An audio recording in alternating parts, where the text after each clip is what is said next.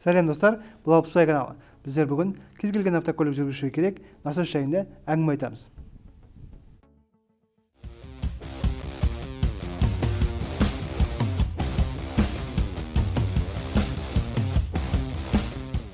Сәлем достар, бұл Автомобильный каналы. Мен өз көлігімнің толық сайланып тұрғанын қалаймын. Бұл әсіресе алыс жолға шығатын болсақ, маңыздырақ. Түрлі құрал-саймандар, қосымша лампочка, дөңгелек жөндеу жиынтығы секілді жолда керек заттардың автокөлікте болуы мен үшін қалыпты жағдай. Бүгін біздің алдымызда әрбір көлік жүргізушінің қобдишасында болу қажет дөңгелекке арналған насос. Ал сіздер білесіздер ме? Насос қазақша сорғы. Сорғы. Құлаққа үйреншікті емес. Жақсы, біліп жүрейік.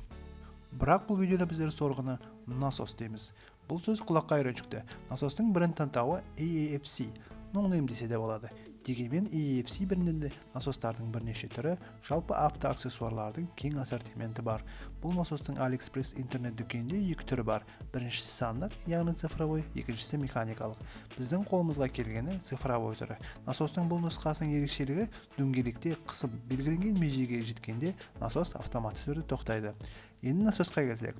Насос қолға ұстауға ұнамды инженерлік ABS пластиктен жасалған. Айта кететін жайт, ABS пластик кәдімгі пластиктен мықтылығы жағынан артықтау. Жалпы алғанда өндіруші насосты мықты деп мәлімдейді. Мықтылығын уақыт өтісімен көре жатармыз. Ауа шаңғысы ұзындығы 30 см, кабель ұзындығы 3 метр, қуат көзі 12 вольт. Қараңғы уақытта жерден болатын шамы бар. Құжаттар бойынша дөңгелек 60 секундта үріліп дайын болады. Мен өзім тексеру барысында 1,5-нан 2,5-ға дейін үру үшін 1 минуттан астам уақыт кетті. Соған қарағанда қытайлар әдеттегідей шамалы өтірік жазған.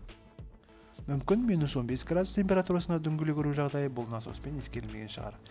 Енді насостың артықшылықтары мен кемшіліктерін тоқталайық. Артықшылықтары: жинақы және шағын, көлікте көп орын алмайды.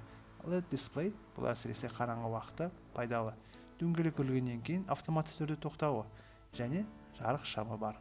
Кемшіліктері: қуат көзі кабелінің сапасы өте төмен. Қатты аязда абайлап қолданған жөн. Мен насосты қолданған кезде қатты аяз болды. Соның әсерінен кабель қатып қалды. Сыртқы чехолдың болмауы насостың тек өзінің қорабында сақтауға тура келеді. Тағы бір кемшілігі түсінің ақтығы. Қолданыс барысында ақ насос, боқ насос болуы мүмкін. Сонымен бұл насостың шолуы осындай. Сізге бұл видео ұнаса лайк басыңыз, ұнамаса дизлайк басыңыз. Және де осындай видеоларыңызды көргіңіз келсе, подписканы басып жіберіңіз. Қосымша каналыма Алиэкспрестен қатысты басқа да видеоларымды қараңыз. Сау болыңыз.